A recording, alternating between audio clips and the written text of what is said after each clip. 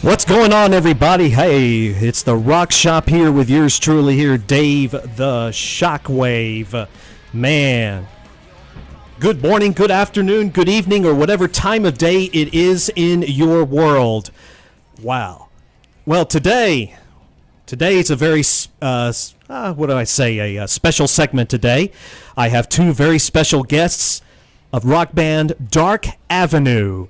First of all, I'd like to welcome back, okay, for the 400th time.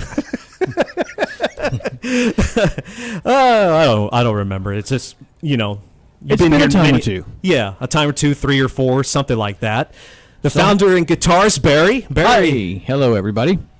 And for the first time, all right, for the very first time, right here, live on KDUX Web Radio Studios, Andrew. Hey, What's up, man? doing? Hey, not a lot. How are you doing? Glad to be here, man. Thanks for having me. Hello, and thanks for having us out, even though it's been less than a zillion and more than 3 times. Yeah, something like that. And we really do appreciate that. Oh, yeah, and I appreciate you. Definitely. We love it. It's fun here. Yeah, it's great. It is. It's fantastic. Hey, by the way, Barry, you're going to be celebrating a birthday coming up, right? I am. Yeah. Well, with alongside the day of your birthday, there's some celebrities that are going to be celebrating with you. I just thought I'd throw this. Oh, right on. Bring it on. Alec Baldwin's going to be 59. Singer Amanda Bynes will be 31. Eddie Murphy will be 56. Jenny Garth from Beverly Hills 90210, like if you really care about that show. Jenny Garth is, she's all right. Yeah, she's okay.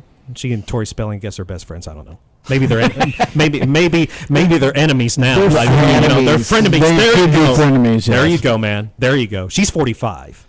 Chael Sonnen, MMA fighter, who's on a losing streak. It's 41. Sebastian Bach, Skid Row, man. Dude, he still rocks, dude. Oh, he's awesome, man. Yeah. He's 50. He'll be 50. Yeah. And still looks like he's like 19. Yeah. He does, man. He's got the pipes, and he still looks great. Yeah. Good for him. Oh, yeah, definitely, man. He's awesome. He's a great singer. I like that band, Skid Row. I had their first album. I don't know what I did with it. I honestly don't know. But I didn't see. Have you seen them live? Just I saw them when Skid Row opened up for Pantera, when Sebastian Bach was still singing with them, and then I caught Sebastian Bach when he did his solo thing at Gas Monkey a couple years ago, and was really impressed when he did his solo gig. Yeah, guys got it, man. He can bring it. Yeah, and man, I met him backstage at that Pantera show. I had no idea how tall that dude is. And then Andy was wearing these big old tall cowboy boots at the same time, so it was like, hey, dude, what's going on way up there? Let me try to shake your hand. The dude's super freaking tall. Yeah, like what, 6'3", 6'4"? At least, yeah. Yeah. And he had, cowboy boots on, so he was even taller. Yeah. And, I was like, Dime's height, and we're both just like looking up at him. Of course, Pantera had been touring with him and stuff, so I guess he was used to Sebastian being that tall. But that was the first time I had ever met him, and I was surprised at how tall he was. Yeah. I've seen Skid Row, but not with Sebastian Bach though, as the vocalist. I don't remember who the vocalist was. It was probably oh my gosh, and he was from Dallas too. Solinger? Johnny Solinger. Johnny Solinger. Yeah, because Solinger was originally from Dallas, and then Johnny was able to pick up and fill Sebastian's spot many years ago. Been with him for a long time. Right. And I believe Johnny Solinger's still with them. Probably is. I think. Yeah, I think so. But I saw them with Ted Nugent and Kiss. Nice. Years ago. Nice. So that was an awesome show. It was Skid Row, then Ted Nugent, and then my favorite band of all time. But I didn't know we were on that tour way back then. Right? You wouldn't mind if you were the tour with Kiss, I'm sure, or Skid Row for that matter. Not at all. No, not at all, right? No. Matter of fact, guys, call us. We'll do it. We'll help you out. Yeah. Kiss has a fan or two. And this fan right here. I got so much memorabilia, it's not even funny. A lot of memorabilia. Keeping Gene busy. You should come I over keep to my Ace apartment, busy. my good friend. Uh-huh. We could probably match memorabilia, man. Uh-huh. It's full of it, yeah. Is that right? Yeah, I mean, we got those fancy karaoke cabinets that are supposed to have cute, dainty stuff in them. Yeah. All full of Kiss dolls with red lights on them. Yeah, it's crazy. Uh-huh. It's crazy, yeah. It's good stuff. What else do you collect from that band, just out of curiosity? Oh, just about anything. Believe it or not, most of my collectibles, though, have been given to me by people that just know I really love the band. Yeah. I'm wearing their cologne right now. I probably shouldn't announce that. But, Kiss him, Yes, right? yes. That's it, right? Yep. Man, that's some. Right now. Hey, that's good stuff. Love it. You know. Well, I didn't wear mine today, but still. Yeah, Well, hey, no. Kiss cologne, Kiss cards, posters. I still got the albums. Yeah. I have a Kiss Pez dispenser. Oh, cool. Nice. Yeah. It was like, when you go through Target or Walmart or whatever, they always have the impulse buy stuff right there at the cash registers. Right. Well, it was like Christmas about 6-7 years ago. I was there, I don't know, just doing whatever you do at the store. And here they go. They got these Kiss Pez dispensers. I'm like, oh, how do you turn that down? Answer, you don't. Yeah. So I didn't. Saying. So I gave Gene some more of my money. Uh-huh. He needs it. Poor guy. Yeah. It's on hard times. Yeah. Yeah, probably. He only has 20 million left, on hard times. Speaking of hard times, that's an Ace Frehley song from Dynasty. Yes. Yeah. Yes. That's a great, great song. Yeah. One of these days, I got to meet that guy. Ace Frehley's my favorite Kiss member. He was just here recently, too. Yeah, he Played was. the, Yeah. Bomb Factory. Bomb Factory. A couple months ago. God, I missed that. I don't know why I missed it. I don't remember. Man. So, I'm sure you are super stoked about Rocklahoma, man. Super stoked. Being penciling with so many bands. A lot of prominent bands, local bands. So, to my understanding, you're going to do what's called a campground party. It's called a Thursday night, if I'm not mistaken. Elaborate on that, please. Okay. It's actually the official VIP party. Okay. So they actually have a couple of things that happened on the night before the actual festival starts. So yeah, everybody that has a ticket to the festival is allowed to come to the kickoff VIP party that night. And it is open both to people that are in the campground and just regular ticket holders. And it's a huge stage. It's the Axis Entertainment stage, which is also part of the main festival. So there is a campground stage, but that's a completely separate deal. That's not really sanctioned by Rocklahoma. Okay. It's something that's developed over the year, which is actually really cool that they have a stage in the campground. So when stuff's not going on at the festival, stuff's going on in the campground. Okay. So it's actually kind of cool how they have this Axis Entertainment stage. So if you're one of the campers that's there, you can come and hang out to it. And being part of the VIP kickoff party, a lot of the bands, because they come into the festival on Thursday, because they got to be there, and so a lot of the celebrities and VIPs and media and whatnot are at that kickoff party that night, because that's really the thing that gets it going. Mm-hmm. Yeah. Andrew, care to elaborate a little bit more? No, Yeah. we're good. Yeah. Good, yeah. But yeah. well, okay. You Well, kinda how covered do it. you? Okay. Well, let me ask you this: how do you feel about it? I'm pretty stoked about it. Yeah, I think it's Yeah. gonna be fun. It's gonna be crazy. I personally have not been to Rocklahoma yet. Okay. After all these years, I don't know why. So it's gonna be my first time, and Yeah. I'm looking forward to not remembering it when I leave Sunday night. So we'll see what happens. Yeah, let me tell you, we're all really excited about it. It was when I got the text that day.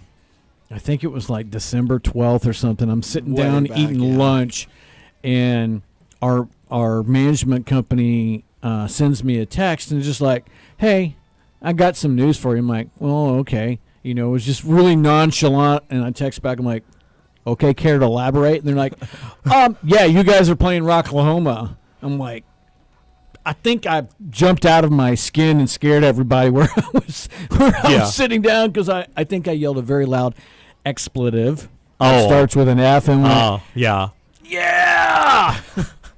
So Yeah, we're pretty stoked about that because it's Yeah. a huge honor to be included in this festival. There's so many A-listers, Yeah. that are going to be there. Cheap Trick, baby. Hey, great band. Godsmack, Perfect Circle. Yeah. Our friends in Red Sun Rising. Friends in Red Sun Hey, Rising. yeah, absolutely. Yeah. Like 5 major bands that we've played with are, going to be there. Red Sun Rising, Pop Evil, Adelita's Way. Uh-huh.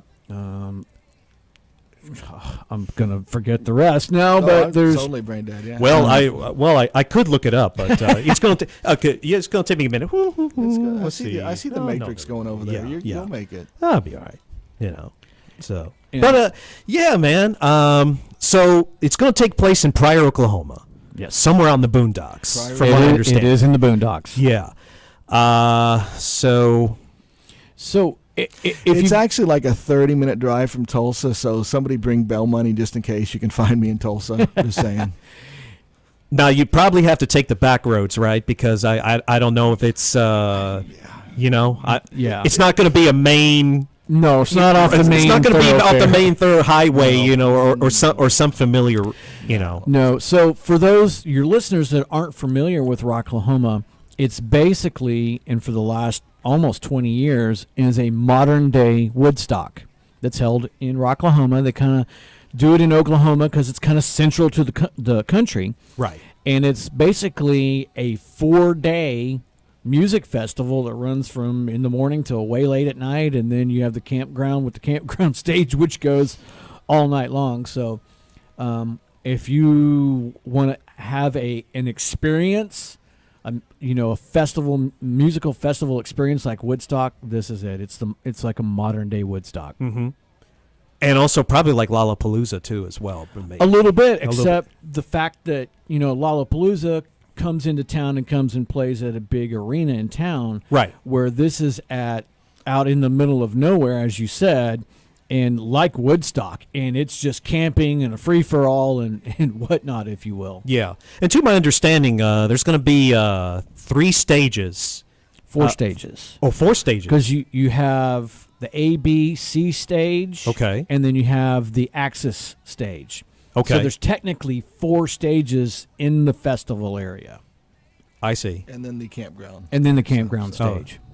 That's the stage, obviously, that you're going to be performing. Right? No, we'll be on the No, Axis we're- stage. yeah, Oh, the we're Access. inside, yeah. Axis stage, Yeah. which is actually the 4th of the 4 the main stages. Oh, I see. Okay. Man, like I said, I am just super stoked, man, that you had this. It's a real honor. Congratulations, man. Thank you. Thank you. Yeah. And when we were elevated to be one of the headliners about a month ago, that really meant a lot to us too. Sure. Because we thought, hey, we're newcomers to this. A lot of these bands have played this festival, several times, and we're newcomers to it. And apparently the talent buyers and the powers that be thought enough of our music and what we're doing to elevate us to one of the headlining spots. So we're super, super stoked about that. Awesome, man. That is awesome. And so the other couple of shows that you have prior to the Rocklahoma event. Prior to prior? Prior to the prior.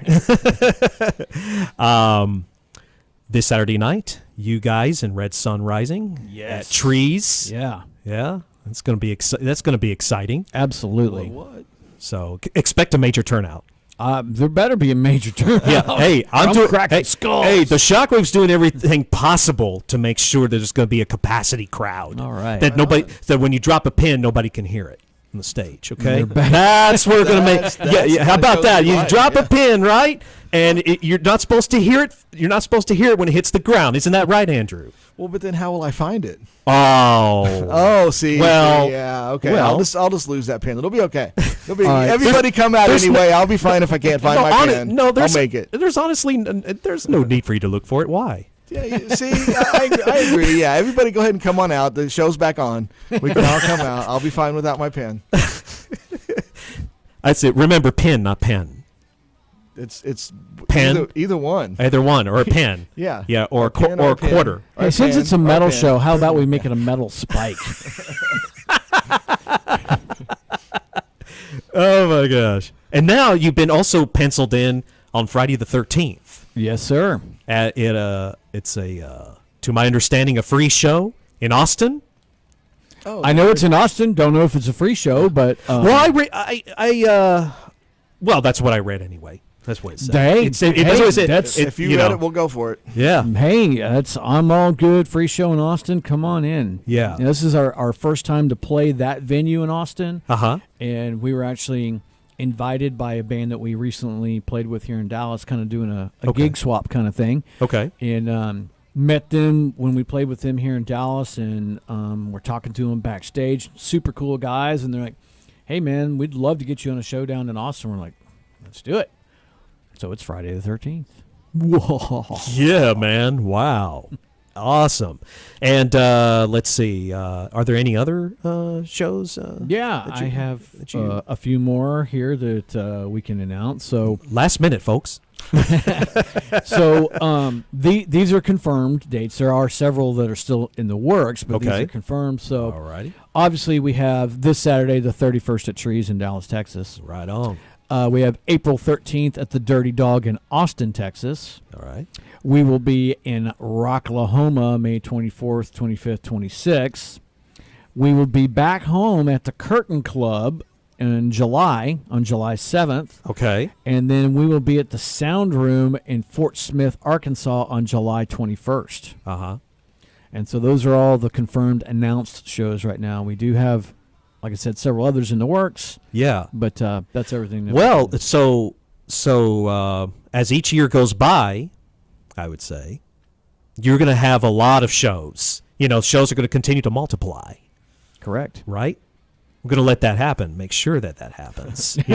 So it goes from, do you have like a set goal? Like let's say from 10 to 40 to 50. Is there I don't know that there's a set goal.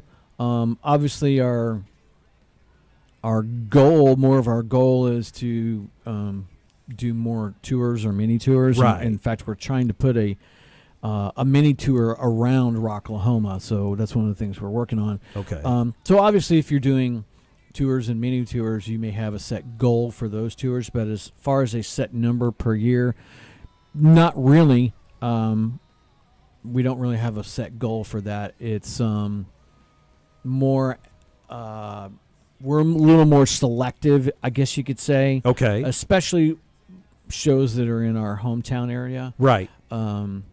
So we try to play as more of the, what's the word I'm looking for here, larger shows that we can be involved in locally. Mm-hmm. Yeah. And you like playing at the Curtain Club a lot, I can tell. Excuse me. Do we? Yeah. I just they noticed, like us a lot. Yeah. Which one? What do you think? Yeah. I think it's both. I think it's a little bit of both there. Uh-huh. Yeah, it's a I good place. I like it there. The sounds great. You can't beat the sound in there. Okay. Well, there are other venues that have great sound too, but that one, the sound is so that would really be good. top. That would be tops for you. That would be. That's a great one. Yep. Yeah. Very cool, man. Wow. Rockshop here with the Shockwave with special guests Barry and Andrew of Dark Avenue. Wow, man. Woo-hoo. Your album. Hey. Your latest album. Woo-hoo. What can you tell us about your upcoming album, if anything? It is due to be released, leading us up into Rocklahoma. Okay. We just shot a video for the next single that's to be released. The song's called "Don't Hold On," which it was like 2 weeks ago. We just shot that video. Been very recently. Yeah. We just shot it. Week and a half, 2 weeks ago, something like that. Sounds about right. That video and single will be dropping probably in the next couple of weeks. And then the album, shortly thereafter, like I said, the album drop will lead us into Rocklahoma. Okay. And it's all kind of hopefully timed to drop as we start our little mini tour up to Rocklahoma. There's a little bit of work to finish up on the album. Okay. We had a last-minute entry song that we wanted to include on it, which we just literally tracked about a week ago. Yeah. Some of the songs are already in the final mix stage. In fact, one of the songs is going out to mastering today. once we leave here, I'll be going back to the studio to get it ready to go to mastering. And Cool. then, we have a couple more that are kind of in the final mix stage. And then, like I said, we just tracked one, which Mario still has to track vocals on. So, but it should all come together and be ready to be released in time. Right. And so you'll tell us now, or will it have to be later as far as the name of your album and the number of tracks? You have to tell it later. Somebody will have to tell us later, too. We're not sure yet. The suspense builds, huh? The suspense builds. It Builds there does. big time. I can tell you the name of the next upcoming single is Don't, in parentheses there, Hold On. I can tell you what the name of the upcoming album won't be. I just can't tell you what it will be. I Okay. have no idea. I'm afraid to ask what it won't Yeah, be. you don't want to know. No. And, all right. So, album, not yet. Unnamed. Number of tracks. Under wraps. Under wraps. In the works, right? More or less. Yeah. Well, is that better? And then the number of tracks we don't know yet. So, let me just kind of ask you this: are you going to have like how do I put this? Like on your first album, Illusions, you have those little. And it's going to be a surprise. It'll be okay. Yeah. Can't let too much out of the bag right now. Not too much, huh? All right. And as far as your new video's concerned, Yes. You won't release it that night, will you? Saturday night? We will actually be premiering this new single on Saturday night. So those of you that are there, you will get a taste of this on Saturday.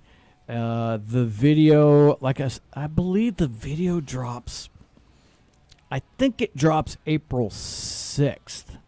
Okay. It's either, I'd have to look at a calendar, April 6th or the following Friday, I believe, is when the video will drop and the single will drop. Okay. If that's all on time. Okay. Big F. Yeah. F, it's all the time. Some of that's out of our control, and it's one of those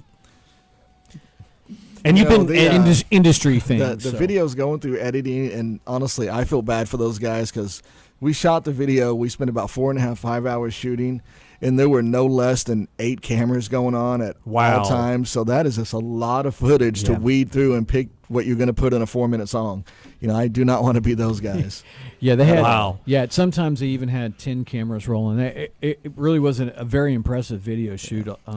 We had and cameras hanging from the ceiling. It was craziness. It was mayhem. They had a crane. I had no idea they were even bringing, the crane, a camera crane. Yeah. I had no idea they were even bringing one of those. And I walked in and I'm like, wow, they're pulling out all the stops for this video shoot. So must be working really, really hard. They were, man. Somebody was. So, did they tell you, hey, you stand right here, you stand right there, and you stand, yes, they proper placement? They did some of that. They Right. put us in some of the weirdest positions too. It was like, hey, whenever you play the that's song, all you and Mario, buddy. You're like, I like the way you all did this. you and Mario. Oh no, that was behind the scenes. I'm talking about on camera. No, wait, what? Who said that? No, it's just, they would ask you to do a certain move, and so you would sit there for an entire take, just kind of going back to that same move, and some of them were just awkward. But so I'm really hoping on camera it's going to look amazing like they said it would. Right. Because, if it comes out, if there's any behind the scenes shots, hopefully we'll get somebody to scrub the internet and delete them like that because it won't be pretty. But no, they were very well prepared. Yeah. They knew exactly when we went into it what they wanted and what we wanted visually for it. So everybody was on the same page with the vision for it. And I, like I said, I knew they were prepared, but I had no idea they were bringing the amount of cameras and crew that they brought to do it, which was very cool because the location was really, really awesome, and they were very well prepared for it. So I'm excited to see it myself. Yeah. Me too. The finishing touches. It was a lot of hard work, man. It was. I bet. How many days worth? We shot it all in one day. In 24 hours? We actually shot it all in about it was like 4.5 4.5 hours. It was a warehouse shoot, so there Wow. wasn't multiple locations like in our last video. This was, one location, but So like you said in the video for the light, that was shot in multiple locations, so it's multiple cities. Multiple It was all over the cities. place. Sure. this was all one location, basically a sound stage, if you will. Right. And it was basically play the song, move the cameras, play the song, move the cameras, play the song, change the lighting, play the song. I lost count after like the 12th or 13th time we played it, but the song's 3.5 minutes long, and we shot pretty much nonstop from 7 p.m. till 11:30 p.m. Just long enough for them to review some footage on the camera, go, okay, I want to move this camera angle to here, I want to change this light. Yeah. Hit it again, guys. And so it was it was a lot of hard work playing that song over and over. And since it's a live action video, having the same intensity every time that they did a take. So amazing, man. It was pretty cool. It was a lot. I know when we were done, I was wiped. Oh yeah, man. I was wiped out. I was wiped out when we were done. Plus, I never wanted to hear that song ever again in my life. Were you going to have nightmares about it, Andrew? Oh, I already have. You ready? I've got no sleep the last week. I'm starting to see a therapist tomorrow. It's not pretty.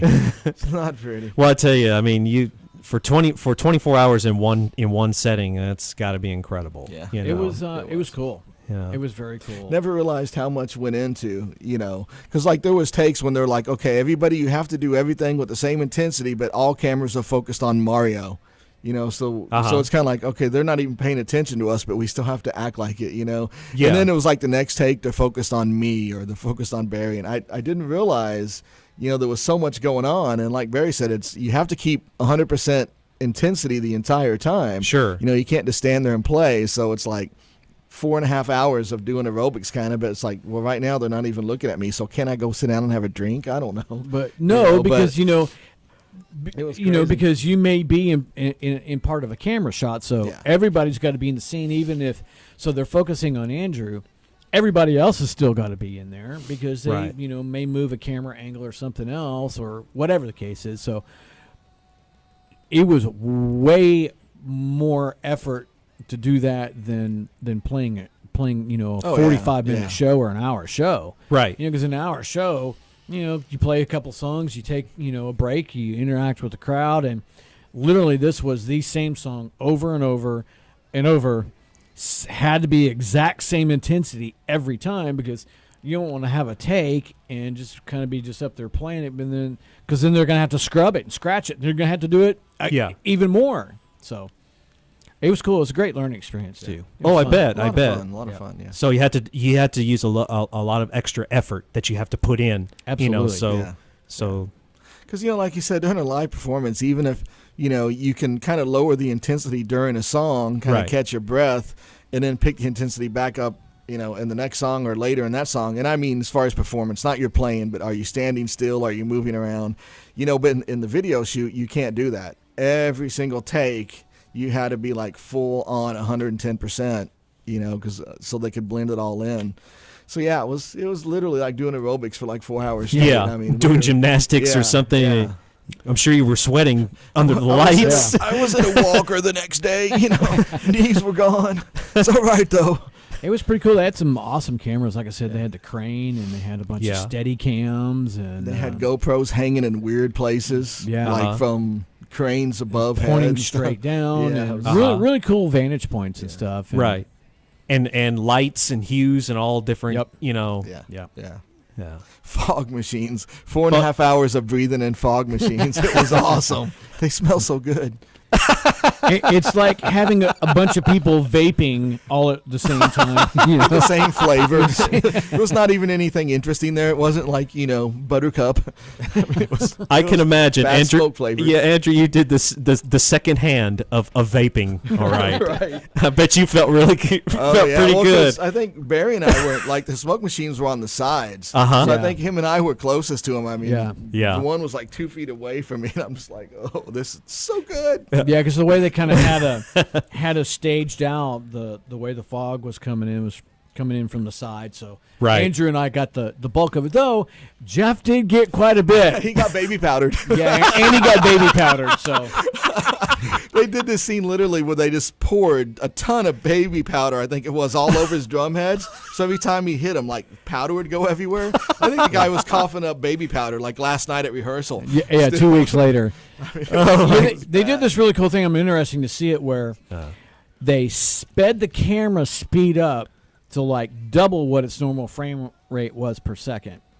And they dumped all this baby powder all over his drum kit. Wow. And then they changed the lighting. They put all this fog. And then they had him play. And then they were rolling the speed of the camera back into slow motion. So it's almost like if you ever seen the high-speed filming of like a bullet when it leaves the gun. Right. They were doing that kind of effect. So you catch these little particles in the air from when he hits the drums. You don't really see the powder. You just see these particles that catch the light.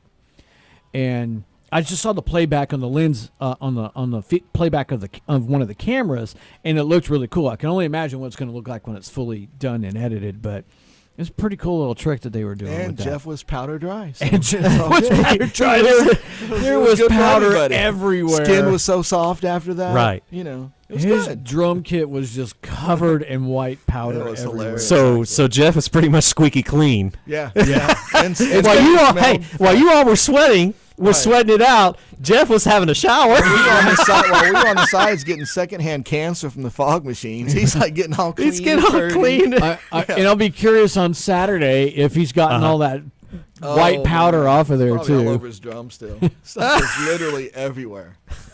It was awesome. Oh my gosh, it's too funny, man. Yeah. It's too funny. You know, the first video that you released, back, last year, the light. Yes. I'm just curious. I was thinking that you were gonna set it up, and sync it, that you have it behind the main stage instead of the night of the release. the night of the Yes. yeah, the night of the release. Yes. I'm just curious why you had it set. Oh well, actually, no. I think I know why. No, Okay, I hate to answer myself. Go ahead. But So, I think answer yourself. I I'm wanna sorry, hear it. my I bad. wanna hear it. I'm I intrigued. shouldn't be. Please state your answer in the form of a question. Yes. I shouldn't be doing that. That's my bad. No, really, I want to know why. I think $1,000. no. It has to do with them, right? The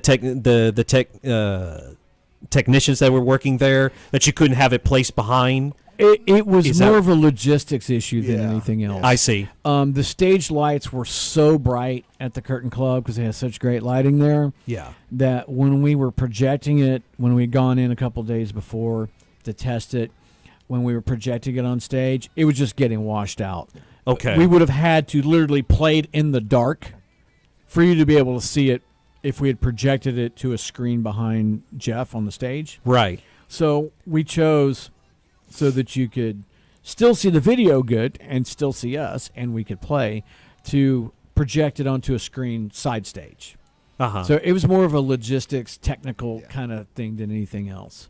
Okay. Yeah. And had the venue had a, LED screen like other, some other venues have, that would have been obviously where we would have done it. But being that they don't really have a screen behind their stage, and the way their lighting is set up, there just wasn't a good way to do that. Okay. Well, you know what? I mean, when you performed it, you guys did a pretty good job.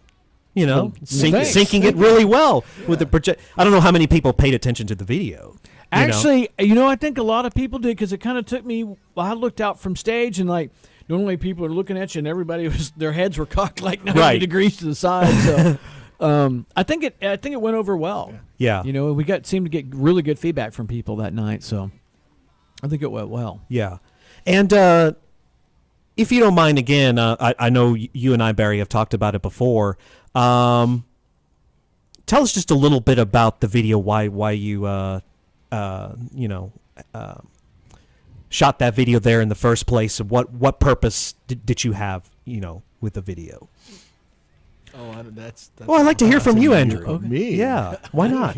Yeah, you go first, sir. You're up. You know, that I really had nothing to do with it. To be honest with you. Uh-huh. Yeah. I don't know what did it mean to you, Andrew? Well, you know, I guess kind of the story behind the video, you know, I think touches all of us. I mean, it was the story of, you know, loss on so many levels, you know, you know, there was quite a few we lost quite a few friends last year due to suicide for one, you know, and there was this other forms of loss. So the video, you know, means something because it kind of touches all of us, you know, not just us in the band, but everybody, you know, who's experienced that. You know, so obviously we were just, you know, looking for, I don't know, I think that was just kind of a message that we wanted to get out there, you know, the message behind the song. Right. The reason why the video was chosen for that song is there was just a message that we really wanted to get out, you know, further than possibly just the reach of putting something out on an album, you know.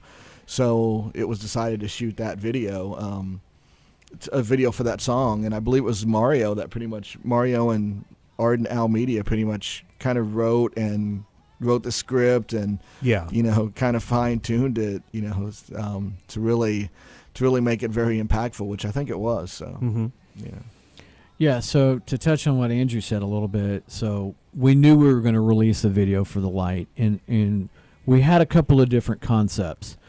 And the song has very deep meaning. It's a very powerful song, and as Andrew touched on, it's deep on several different levels, and it deals with both loss, it deals with self-control, with addiction, alcoholism, mental health issues in general, whether it's substance abuse or whether it's post-traumatic stress disorder that our guys have coming back from the Middle East, or events that happen in life that put you through a hard time. And the ultimate message in it being that, you know, we all struggle with these things. Everybody does.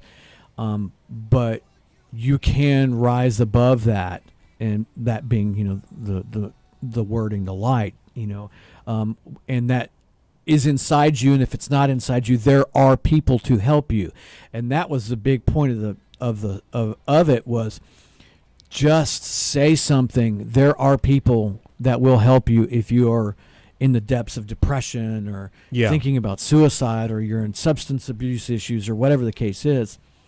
And so when we were talking to the guys at Arden Owl Media, we had a couple of different ideas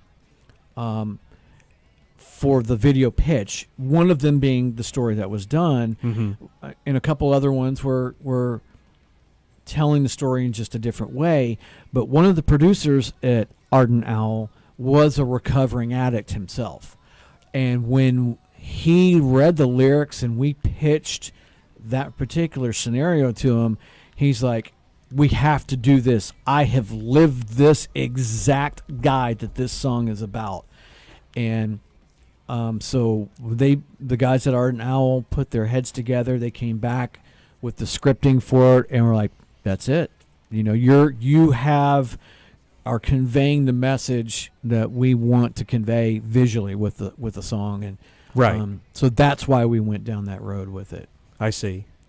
And in that video, the guy, you know, I think he's appeared there quite, you know, most of the video. Who is that? Who's that? He was actually the producer for Arden Owl Media. He was so touched by the song and our messaging, he asked if he could be the main star in the video. We had really originally had it scripted for somebody else, right? But it meant so much to him. He wanted to be the main character, if you will. Right.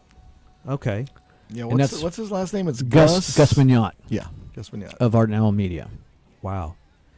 That's a very powerful video, by the way. Thank you. It really touches, you know, a lot. So how did it affect you when, you know, of last year, you know, guys like Chris Cornell, you know, and Bennett, what's his name from Chester Bennett, you know, of Lincoln Park. What do you think? Well, how do I put this? Why do you? why do you think this happened to these people, that they couldn't, were they trying to seek help, or you think they were in their wits' end? These are some great musicians, by the way. Absolutely. That song touches on this very thing, and the song had already been written before both of them had passed, and this is exactly what the kind of message was that we were trying to convey, and then why, when we did the release, we tied it in with a mental health awareness campaign, is because sometimes people they can't see that there are people that can help them with their struggles. Yeah. And they don't know who to reach out to or how to begin reaching out to someone. And that was kind of the point of the video, was to show that there is, the credits at the end of the video. We listed 10 or 15 numbers, because I can imagine that it's really, that first step is really so hard to take, but so necessary. Right. But especially it's even harder if you don't know the resources exist. Yeah. Which a lot of the resources in the credits of our video, I didn't even know were a thing. Obviously suicide prevention hotline, you've heard of that one, but there was so many, and for there's so many for certain different demographics too. It's not because some people just don't maybe feel comfortable reaching out to one huge organization, but there's, because of their demographic, their age, their social status, whatever, but there's so many resources, no matter who you are. It's just, I think it's very important that that those are out there. And because, the first step, the hardest part is deciding to reach out. The second hardest part is, who do I reach out to? Sure. And you just have to wonder, if even those guys, if they'd reached out to somebody, would the outcome have been different? I don't know, but that's kind of the point that we're trying to get out there is, there is always another option. Right. Yeah, and to what Andrew said in some of those credits, we put resources in there for kids, and because sometimes kids, they don't want to talk to their parents or aunts or uncles or whatever. They're embarrassed or they're ashamed or whatever the case is. So we put resources in there for kids. We put resources in there for women, because sometimes women, their situations may be different from men. Sure. They could be in an abusive relationship or whatever the case is. So we put resources in for women. We put resources in for men. We put resources in for our veterans. And we put resources in for people that are afflicted by multiple issues. So they may have depression and substance abuse going on at the same time, or maybe they're a wounded warrior and they're dealing with an injury and the substance abuse issue at the same time. So we put multiple resources in there because a lot of times people don't know that they're there and that they exist. So we wanted to do everything we can just to try to help, people see that there is help out there if you can just make that first step. And it's unfortunate, that some, like guys like Chris Cornell, he's trying to medicate himself, and why in a lot of his songs, through the years, Soundgarden, one of the best bands I grew up listening to, would have the lyrics that would have meaning of despair and being despondent and hopelessness and drugs and alcohol being involved, as well. I mean, you're thinking, well, a guy who is extremely successful, has released many albums, but yet maybe he's trying to seek help. I don't know. Yeah, and success doesn't necessarily equal happiness. True. And maybe it's too much success. I've noticed from a lot of rock stars, too much success, it goes over their head. Would you agree with that? Absolutely. Yeah. I'll tell you what. I'll try to find out for you. Okay. Everybody call in, make me famous, and then I'll let you know how it works out. Sorry. No, that's all right. But it's a shame to lose talents like that. But I mean, we see it all the time, and then we see. I called her my little baby cousin Jessica, who was 30, but to me she was my little baby cousin Jessica. Sure. Because she was the youngest out of all of us. Right. And I lost her, not this past fall, but the August before. And so when we wrote the song, it really meant a lot to me because I had just talked to her a couple days before for her birthday, and no sign of this. And when she took her life, it was just, my aunt and uncle are still devastated, almost a year and a half later. Yeah. And trying to make sense of it. And I can't make sense of it. And if she had just reached out, I would have done anything for her. She and I were the closest of all the cousins and nieces and nephews and whatnot in the family. Right. And I so wish that she would have just texted me, anything. And so being able to put these resources out, and I don't know whether she knew she could reach out to somebody or not because it came so suddenly. Yeah. And just by us being able to do this and let people know there are people to try to help you. And actually in one of the last scenes of the video where we're walking down the alley and we see the character, he's slumped over in the alley and he just doesn't know what to do. Yeah. And even though he's not necessarily our friend, he's an acquaintance because we're familiar with him. He's one of the barkeeps in the bar that we frequent. And we're like, hey, man, you can't let this, don't go down this road. We're here to help you. And, we take him under our wing and lead him to get help. And it's just like how it is in real life. There are people there. If you'll just either reach out or accept the help, there are people there to help you. Yeah. Yeah. Yeah, it's, again, just have to emphasize, it's a very, very powerful video. I'm glad that you released it. Really, Thank you. Really am glad.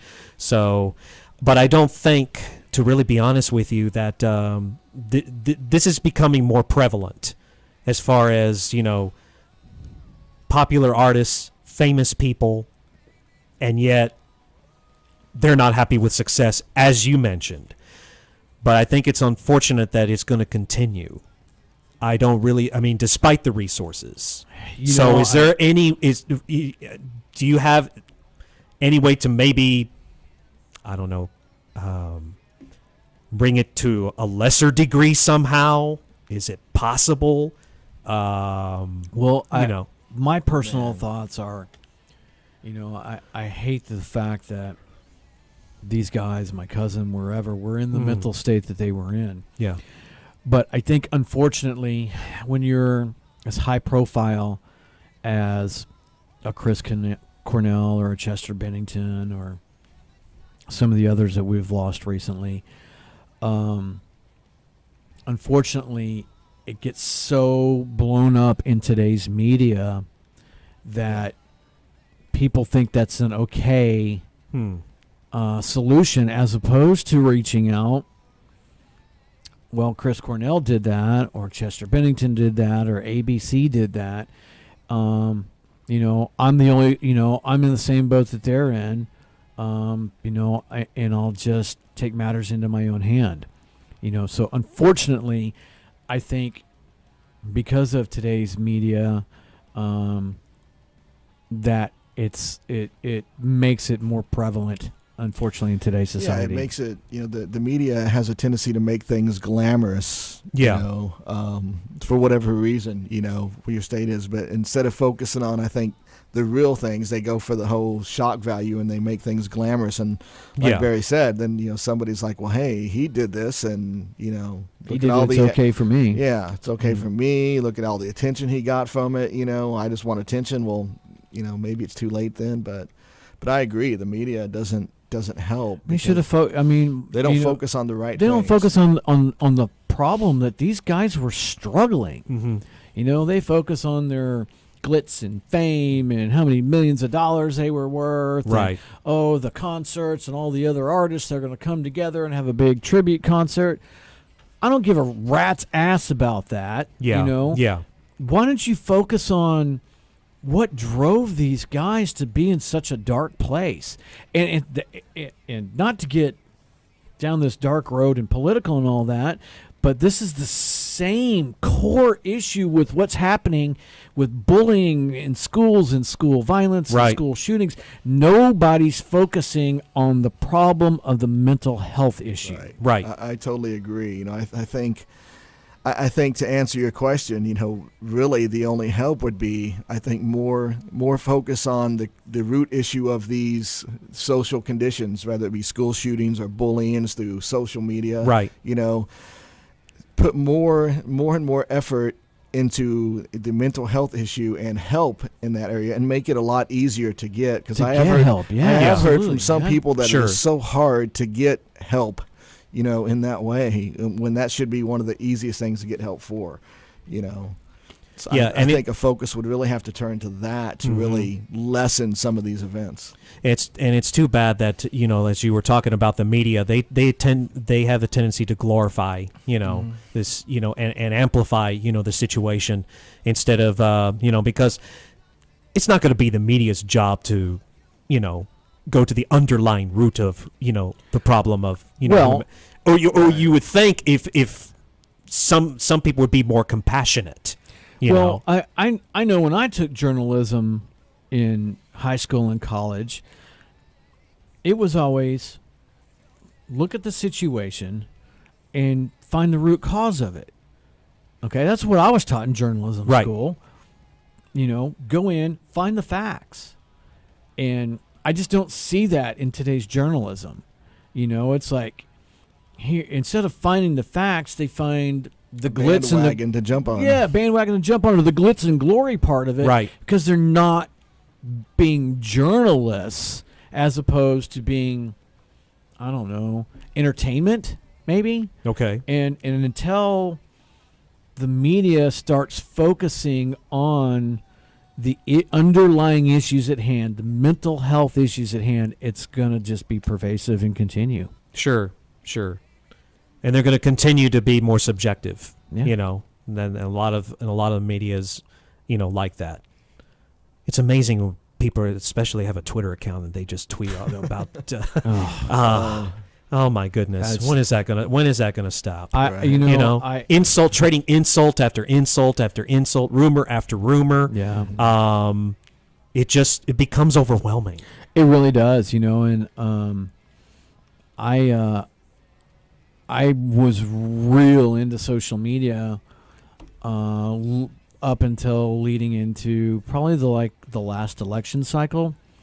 And there was just so much hate and venom being slung back and forth by people I've known my entire life and people that I don't know. And they're slinging just hateful things back and forth at each other on social media. And I'm just like, I had to back away from it, because and I can only imagine being a kid and people in the school are using social media to bully other kids, and because it's become a freaking cesspool, to be honest with you. Right. There's so much good stuff. Social media really did used to be pretty good, but there's been a shift in the last couple of years. Right. And it really, like you said, it's just insult after insult, and slinging mud left and right, and social media had so many good qualities as it was, coming of age, 10 years ago, 5 years ago even. Right. As a great way to communicate news that was happening right then, or connect with, it's a great way for us to connect with fans all over the world. There are great things about it, but as you said, it's it's becoming more. It's becoming more negative, and the problem with that is that if you continue to glorify it, then there's going to be somebody, whether it be a school shooting, whether it be bullying or whatever, it's like a copycat. There's somebody else is going to do it. Somebody else is going to do it. Got to one up. Everybody's got to one up everybody else. I hate to put it this way, but stick to the facts. Okay, this is what happened. By gosh, and the people that died in this tragic event, and because then you have those that are going to analyze about that. then you bring on the guests. You bring on the guest of I don't know, the private detective, the FBI, the ATF, and they're going to give you their report, which is and we're hearing the same thing over and over and over. It's a constant thing. There's nothing different that these people are telling us. So why do they continue to interview these idiots? Oh, yeah. They hear the same thing. Correct. Yeah. You know? Right. So, golly, man.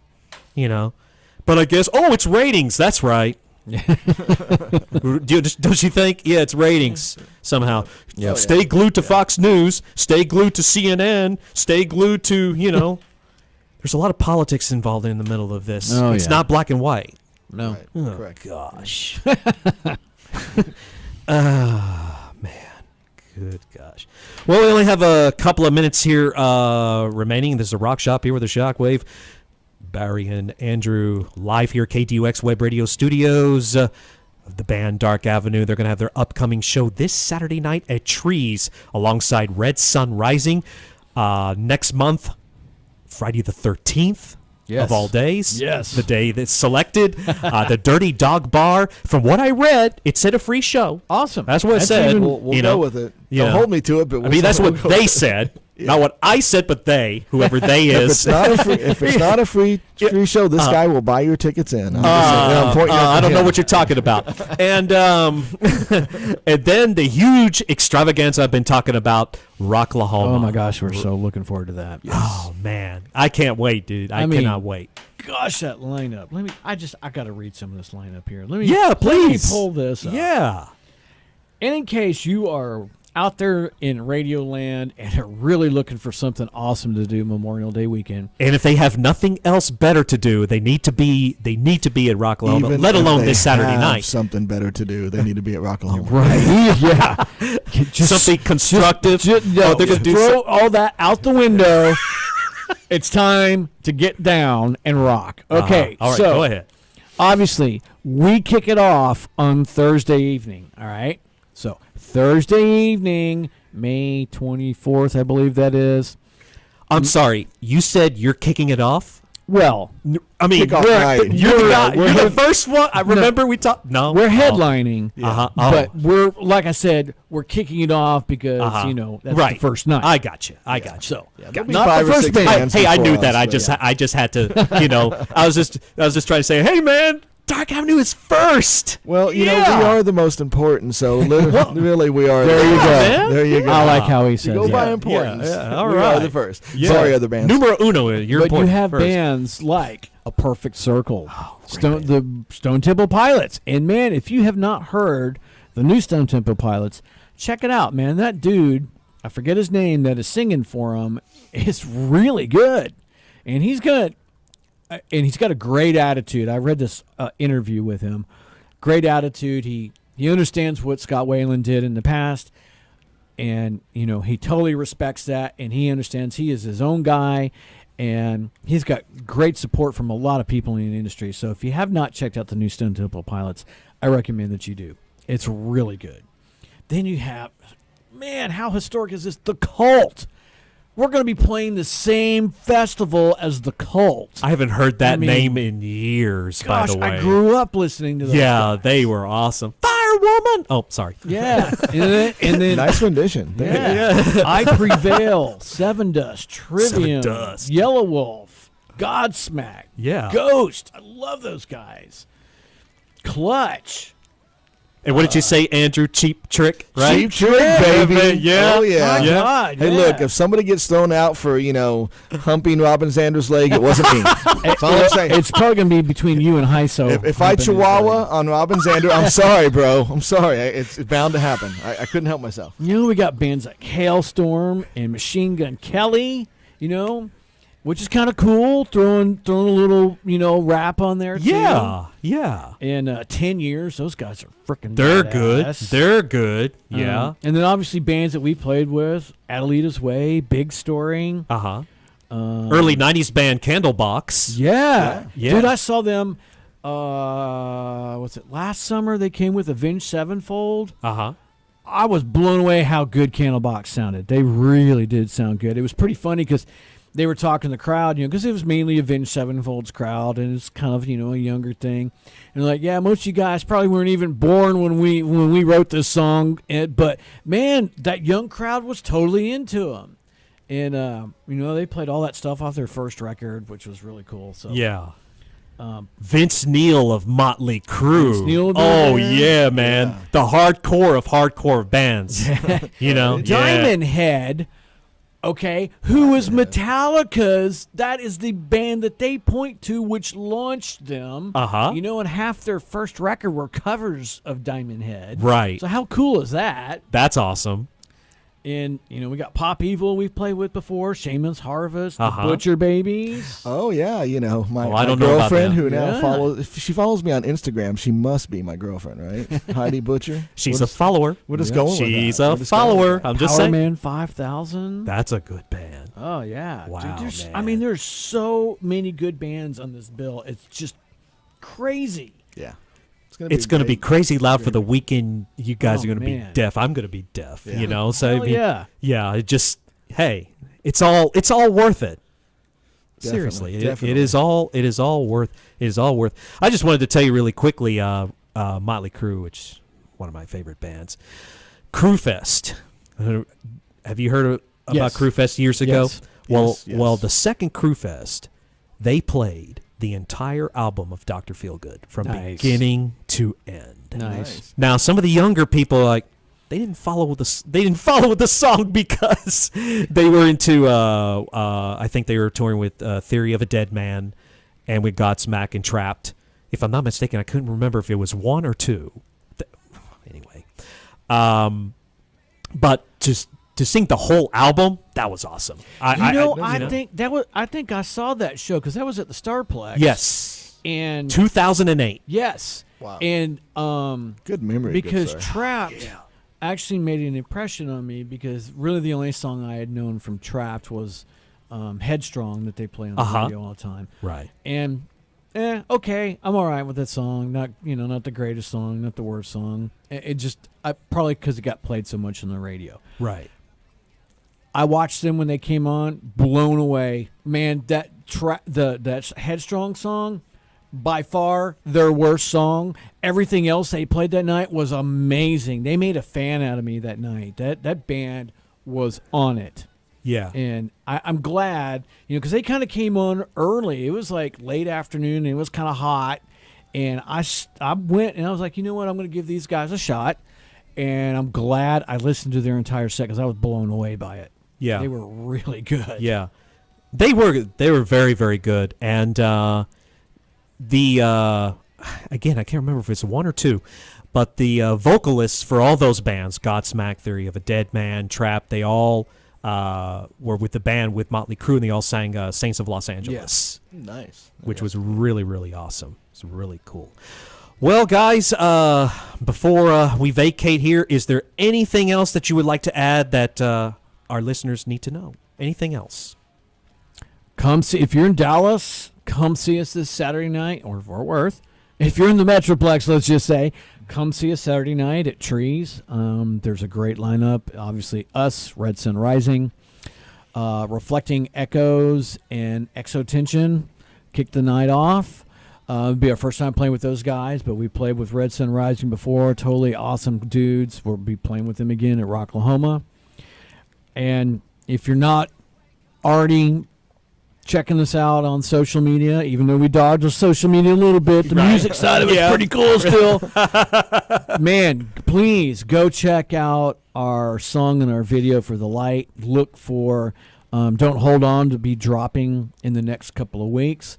All of our catalog is on iTunes and Google and YouTube, and anywhere you buy music, you can find our music. Please tell your friends. And at what site they need to look you up? At what site? You can look for us at darkavenueband.com. Right. Obviously, we're on Reverb Nation and Twitter and Facebook and iTunes and all Google, those links can be found from darkavenueband.com. Absolutely. You go to the webpage and all the social media and other links are there. Absolutely. Yeah. Last thing is, if you come out to the show this Saturday and buy a T-shirt, wear that T-shirt to Rocklahoma, and Barry will give you a sweaty hug if you show up in a shirt. just that's throwing that out there. It doesn't matter what color T-shirt. If it's a Dark Avenue T-shirt, he'll do it. It's a Dark Avenue, he'll do it. Wow. It's going to give you a nice hug. Nice sweaty, a nice May sweaty Rocklahoma hug. The best kind. Well, man, I tell you what, I'd like to thank you guys for being here, Absolutely. taking time off of your busy schedules. You didn't have a busy schedule, Andrew. I know we all know that. we all know. What are you trying to say? I've got stuff and things and whatnots. Yeah. I mean, they're all. It's the whatnots that always get you. They always happen on my couch at home, but that's beside the point. I've got stuffs to do. Well, that's what you did all day before you got here. Okay. Yeah, I did stuffs and whatnots. I'm telling you, it's the whatnots that come sneaking up on you. Those are the ones that make me need a nap. I'm saying. Those are the hard ones. You took a nap all day before you got here, I'm sure. Am I right on that? I will neither confirm nor deny that. You just dropped the hint. Too bad the camera went out. You would see it. Uh-oh. I hate it when that happens. That's okay. They didn't need to see it. They're probably still recording. Yeah, it's still recording. Dang it. They can still see us, man. Dang. You know Okay. that. They can still do. Yeah. The rest of you can't see me? No. You shouldn't have been dancing around in your underwears. But it felt so freeing. It's a Rock Shop here with Dave the Shockwave here. We thank Barry and Andrew once again, two members of Dark Avenue. Don't forget this Saturday night, Dark Avenue, Red Sun Rising at Trees in Dallas, Texas. The free show Friday the 13th next month. And they're going to be with Soundscape, if I'm not mistaken. Dark Avenue, Soundscape, Residue, and I can't remember the name of the other one. Hold, please. I can't remember the name. Check That's it out. the good band. Yeah. Let's see. April 13th, Dirty Yep. Dog Bar, Austin, Texas. iShow. Dark Avenue and Residue. And Soundscape. And Soundscape. I don't have the other artist listed. Yeah. Sorry, other artists. Sorry. Yeah. I do know that there's another one on there, but it's not, for some reason it's not on the I got you. that I have. I got you. And then, of course, the huge event, Rocklahoma, May 24th, 25th, 26th, 27th. That's Thursday through Sunday. Major rock artists with all different kind of rock genres, including Dark Avenue. Yes, make sure you're there on Thursday. Most people, not most, but a lot of people that are new to it don't realize things actually kick off on Thursday night. Right. And so, folks, you need to check it out at rocklahoma.com and go to the very bottom of the screen because it's kind of small, So you might need to have glasses for that. I'm not sure. Get a magnifying glass. Yeah, or magnifying glass. You could see it there on the very bottom. It has all the lineup. It has the bands on the particular day on the lineup.